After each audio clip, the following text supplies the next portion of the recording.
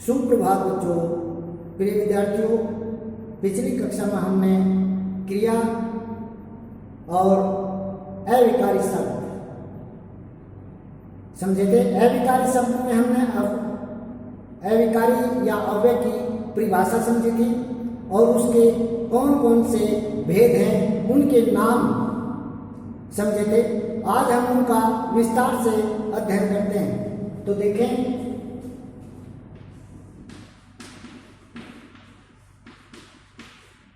अविकारी शब्द का एक दूसरा नाम है अव्यय। इसके 5 भेद होते हैं। क्रिया विशेषण,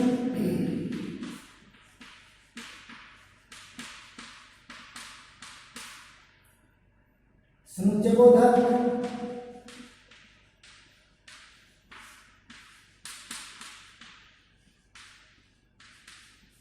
संबंधबोधक,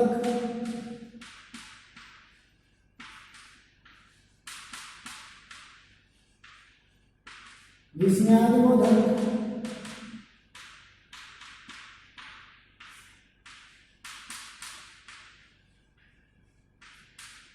और 5वां है निपात।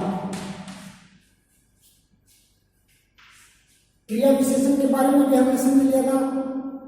जो अविकारी शब्द क्रिया की विशेषता बताते हैं उन्हें क्रिया विशेषण कहते हैं। क्रिया विशेषण के 4 भेद होते हैं।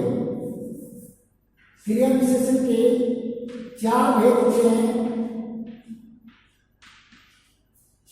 कालवाचक, स्थानवाचक, परिमाणवाचक, परिमाण न कि परिणाम, परिमाणवाचक, और चौथा है रीतिवाचक। ये 4 भेद यहां तक हमने पिछली कक्षा में समझा था। दोबारा फिर रिपीट हो गया है। अब देखेंगे कालवाचक। अब कालवाचक किसका भेद है? क्रिया विशेषण का। और ये किसके भेद थे? अविकारी के, अव्यय के। तो इनकी परिभाषा देते समय तो हमने अविकारी शब्द का प्रयोग किया परिभाषा में। और ये किसके भेद है? क्रिया विशेषण के। तो इनकी परिभाषा देते समय क्रिया विशेषण शब्द का प्रयोग करेंगे हम। कैसे करेंगे? परिभाषा के समझो। जो क्रिया विशेषण शब्द क्रिया के होने के समय का बोध कराते हैं, ध्यान से समझना। जो क्रिया विशेषण शब्द क्रिया के होने के समय का बोध कराते हैं उन्हें कालवाचक क्रिया विशेषण कहते हैं। जैसे देखो, अब, तब, आज, कल, जब, ये सभी क्या है? कालवाचक। अब मैं घर जा रहा हूं, वाक्य में भी दे सकते हो उदाहरण। अब मैं घर जा रहा हूं, वह तब आया जब सोहन चला गया। तो तब और जब दोनों का हो गया। आज क्या काम करोगे? तो आज कालवाचक क्रिया विशेषण है। ऐसे वाक्य में भी इसके उदाहरण दे सकते हो। दूसरा देखिए, स्थानवाचक। जो क्रिया विशेषण शब्द क्रिया के होने के स्थान का बोध कराते हैं, जो क्रिया विशेषण शब्द क्रिया के होने के स्थान का बोध कराते हैं उन्हें क्या कहते हैं? स्थानवाचक क्रिया विशेषण। जैसे देखो, जहां स्थान है, जहां पर होता जिस जगह पर, वहां भी स्थान है, वहां पर होता उस जगह पर, इधर, उधर, ऊपर, नीचे, ये सभी क्या है? स्थानवाचक क्रिया विशेषण के उदाहरण है। इनको वाक्य में लिख सकते हो। जहां जा वहां रहा, दोनों का आपका प्रयोग हो गया है। इधर आओ, मोहन उधर जाओ, ऊपर आओ, आ जाओ, नीचे चले जाओ। तो सी का क्या है? स्थानवाचक क्रिया विशेषण। उसके बाद है परिमाणवाचक क्रिया विशेषण। जो क्रिया विशेषण शब्द क्रिया के नाप तोल का बोध कराते हैं, जो क्रिया विशेषण शब्द क्रिया के नाप तोल का बोध कराते हैं उन्हें क्या कहते हैं? परिमाणवाचक क्रिया विशेषण। जैसे जितना, उतना, कम, ज्यादा, थोड़ा, अधिक, कितना, ये सभी किस मानते हैं? परिमाण मानते हैं। किस मानते हैं? परिमाणवाचक क्रिया विशेषण। इनको वाक्य में भी लिख सकते हो, जितना जरूरी है उतना ही बोलो, जितना जरूरी है उतना ही बोलो, कम बोलो, ज्यादा पढ़ो, अधिक लिखो। ये सभी क्या है? परिमाणवाचक क्रिया विशेषण। वाक्य में भी उदाहरण दे सकते हैं।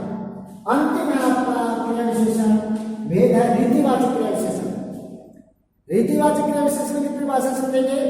जिन क्रिया विशेषण शब्दों से क्रिया के होने के ढंग का बोध हो, जिन क्रिया विशेषण शब्दों से क्रिया के होने के ढंग का बोध हो उन्हें रीतिवाचक क्रिया विशेषण कहते हैं। क्या कहते हैं उन्हें? रीतिवाचक क्रिया विशेषण।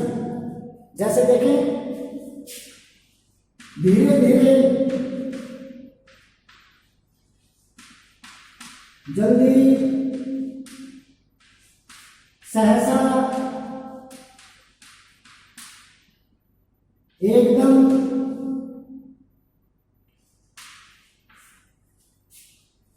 ये तेज, कितने भी उदाहरण दे सकते हो आप। ये तो शब्दों में उदाहरण है, इनको वाक्य में प्रयोग कर सकते हो।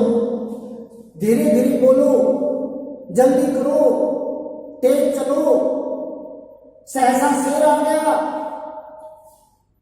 बच्चा एकदम गिर गया। तो ये क्या है? रीतिवाचक क्रिया विशेषण। रीतिवाचक क्रिया विशेषण की पहचान बताऊं आपको। कैसे का उत्तर मिलता है, जहां पर कैसे का उत्तर मिलता हो। सहसा शेर आ गया, शेर कैसे आ गया? सहसा, अचानक। तो कैसे, कैसे का उत्तर मिला? धीरे धीरे चलो, कैसे चलो? धीरे धीरे। तेज बोलो, कैसे बोलो? तेज बोलो। कम खाओ, कैसे, कितना खाओ? कम, सॉरी, कम यहां नहीं आएगा, ये परिमाण में आ जाएगा, गलती से बोल दिया है, ठीक है। तो ये क्या है? रीतिवाचक। जहां कैसे का उत्तर जहां पर मिले वहां पर रीतिवाचक क्रिया विशेषण होता है। ये थे क्रिया विशेषण के 4 भेद, आपको अच्छे से समझ में आ जाना चाहिए। अभी आगे है समुच्चय बोधक क्रिया विशेषण के 4 भेद थे, आपने समझे। इनमें थोड़ा थोड़ा समझना है, परिभाषा विशेष का ध्यान रखनी है। जैसे देखिए, समुच्चय बोधक। समुच्चय बोधक किसका भेद है? अविकारी का, यानी कि अव्यय का। जो अविकारी शब्द दो शब्दों, वाक्यांशों, वाक्यों को जोड़ने का काम करते हैं। जो अविकारी शब्द या जो अव्यय शब्द दो शब्दों, दो वाक्यांशों और या 2 वाक्यों को जोड़ने का काम करते हैं, उन्हें क्या कहते हैं? समुच्चय बोधक अव्यय। क्या कहते हैं? समुच्चय बोधक अव्यय। वैसे तो इसके भी 2 भेद होते हैं, समानाधिकरण और वैधिकरण। 2 भेद होते हैं इसके, समानाधिकरण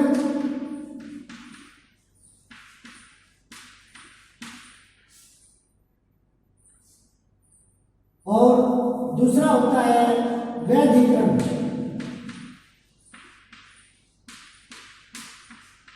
ये 2 भेद होते हैं समुच्चय बोधक के।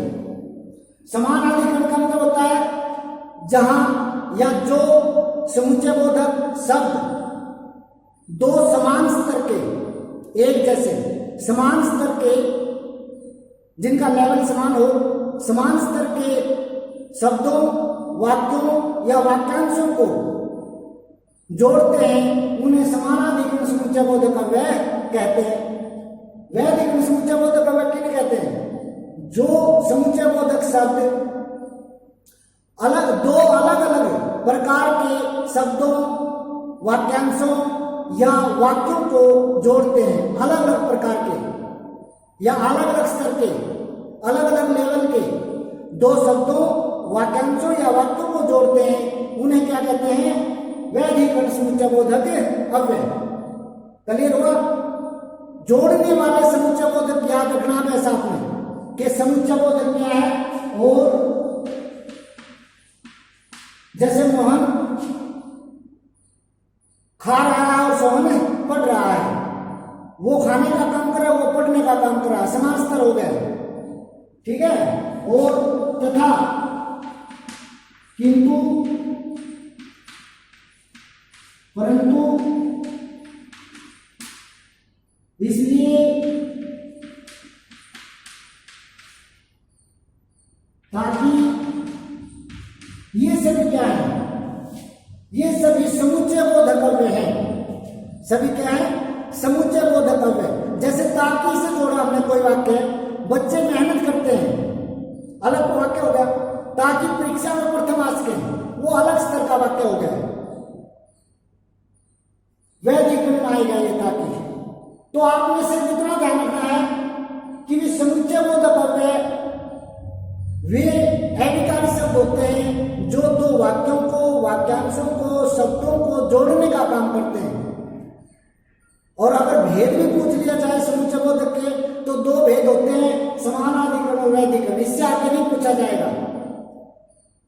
वैसे तो पूछा सिर्फ समुच्चय बोधक के बारे में ही जाएगा। परीक्षा भी देना है तो आपने परीक्षा समुच्चय बोधक ही देना है, और आ जाए तो आपने लिखना समुच्चय बोधक अव्यय, बस, और कुछ नहीं लिखना। ताकि आ जाए तो समुच्चय बोधक अव्यय, ऐसे लिखना है। तो ये था आपका समुच्चय बोधक अव्यय। आगे है संबंध बोधक अव्यय।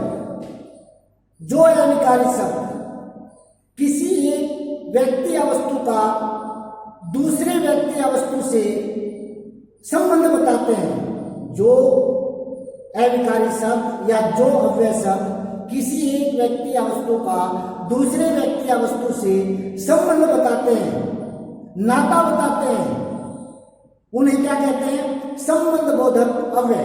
क्या कहते हैं बेटे? संबंध बोधक अव्यय। जैसे देखो, इसको रब करता हूं एक बार।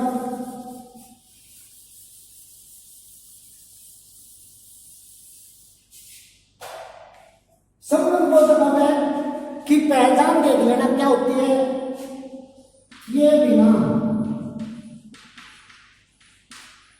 की वजह से,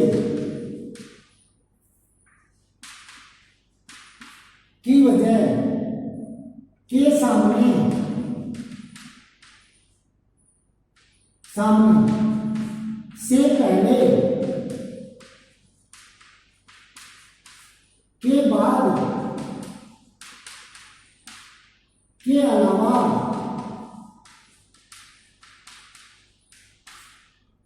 के ऊपर, के नीचे, ये सभी क्या है? ध्यान रखना। अगर अकेला नीचे आ जाता है, ऊपर आ जाता है, तो वह संबंध बोधक नहीं होगा। अगर के नीचे आ जाता है, के ऊपर आ जाता है, की वजह से आ जाता है, से पहले आ जाता है, वो क्या होगा? संबंध बोधक। उदाहरण देखिए वाक्य में, ये तो सब इस तरह से पहचाने आएगी, इस तरह से आएंगे अगर संबंध बोधक के होंगे तो, ठीक है।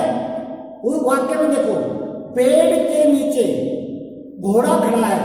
अब देखो, पेड़ एक व्यक्ति है, एक वस्तु है, घोड़ा दूसरी वस्तु है या दूसरा प्राणी है।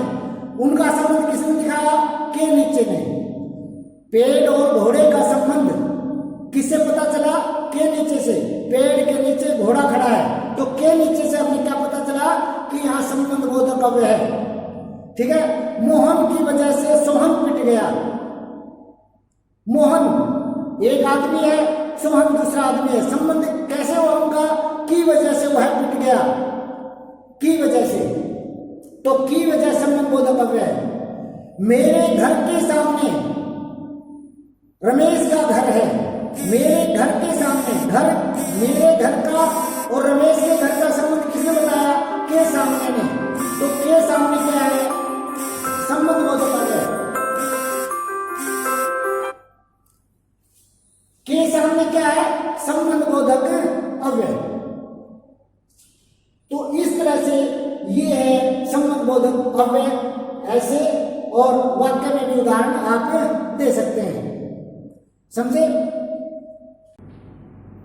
विस्मयादिबोधक अव्यय जिन अविकारी शब्दों से या जिन अव्यय शब्दों से हर्ष, शोक, घृणा, भय, क्रोध, अनुमोदन, विस्मय आदि का बोध हो उन्हें विस्मयादिबोधक अव्यय कहते हैं। जिन अविकारी शब्दों से हर्ष, शोक, घृणा, भय, क्रोध, विस्मय, अनुमोदन आदि का बोध हो उन्हें विस्मयादिबोधक अव्यय कहते हैं। जैसे देखो, वाह, अरे, छी, हैं, हाँ हाँ,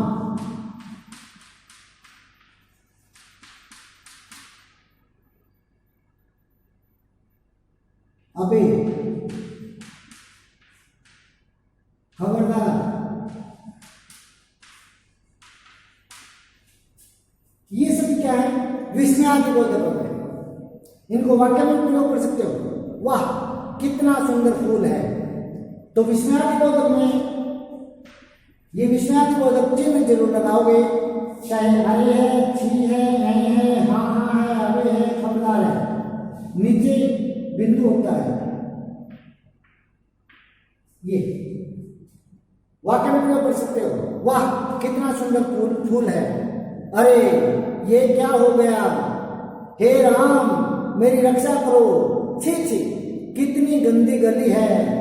हाँ हाँ, तुमने सही कहा। ये अनुमोदन है। अनुमोदन होता है समर्थन या असमर्थन।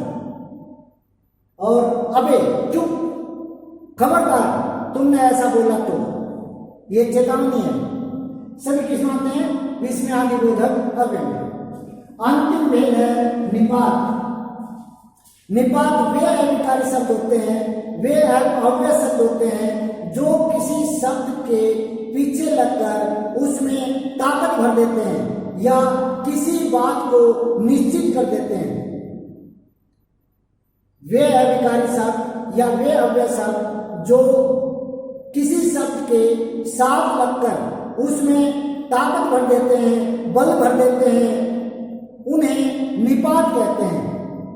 वे अविकारी शब्द या अव्यय शब्द जो किसी शब्द के साथ में लगकर उसमें बल भर देते हैं, उसमें ताकत भर देते हैं या किसी बात को निश्चित कर देते हैं, उन्हें निपात कहते हैं। ये गिने चुने हैं। कौन कौन से? देखो, निपात यहां लिख रहा हूं, ही, भी, तो, तक, मात्र और केवल एक नहीं है, केवल या मात्र और भर। कई बार ना भी आ जाता है, ना। ही, भी, तो, तक, मात्र, केवल, भर और ना, ये क्या है? निपात है। वाक्य में प्रयोग करेंगे तब पता चलेगा आपको। रमेश, एक तो बोले हम सीधा रमेश यह काम कर सकता है, एक कहेंगे रमेश ही यह काम कर सकता है, तो पक्का कर दिया, निश्चित कर दिया कि रमेश ही यह काम कर सकता है, बल दे दिया रमेश पर, रमेश ही यह काम कर सकता है। तो ये बल देते हैं किसी शब्द पर, रमेश पर बल दे दिया, यानी रमेश के बारे में पक्का बता दिया वो वही यह काम कर सकता है। भी, रमेश सोहन के साथ जाएगा, ऐसे आ जाए, या वह सोहन के साथ साथ जाएगा, एक लिखेंगे वह भी सोहन के साथ जाएगा, वह भी पक्का जाएगा, ठीक है, वन वर्ड यानी वह भी, और एक सीधा बोले वह सोहन के साथ जाएगा, एक वह भी सोहन के साथ जाएगा। तो सोहन तो झूठ बोलता ही रहता है, कंफर्म कर दिया, सोहन तो झूठ बोलता ही रहता है, झूठ के अलावा उसको कोई काम ही नहीं आता, तो सोहन पर जोर लगा दिया है। इस तो ने सोहन के बारे में जो बात थी उसको पक्का कर दिया है। तक एक तो कहें मैं उसे जानता नहीं, एक ये कहें मैं उसे जानता तक नहीं, इसका मतलब कंफर्म है कि उसके साथ कोई पहचान नहीं, कभी देखा नहीं, कभी उससे लेना नहीं देना नहीं, ठीक है।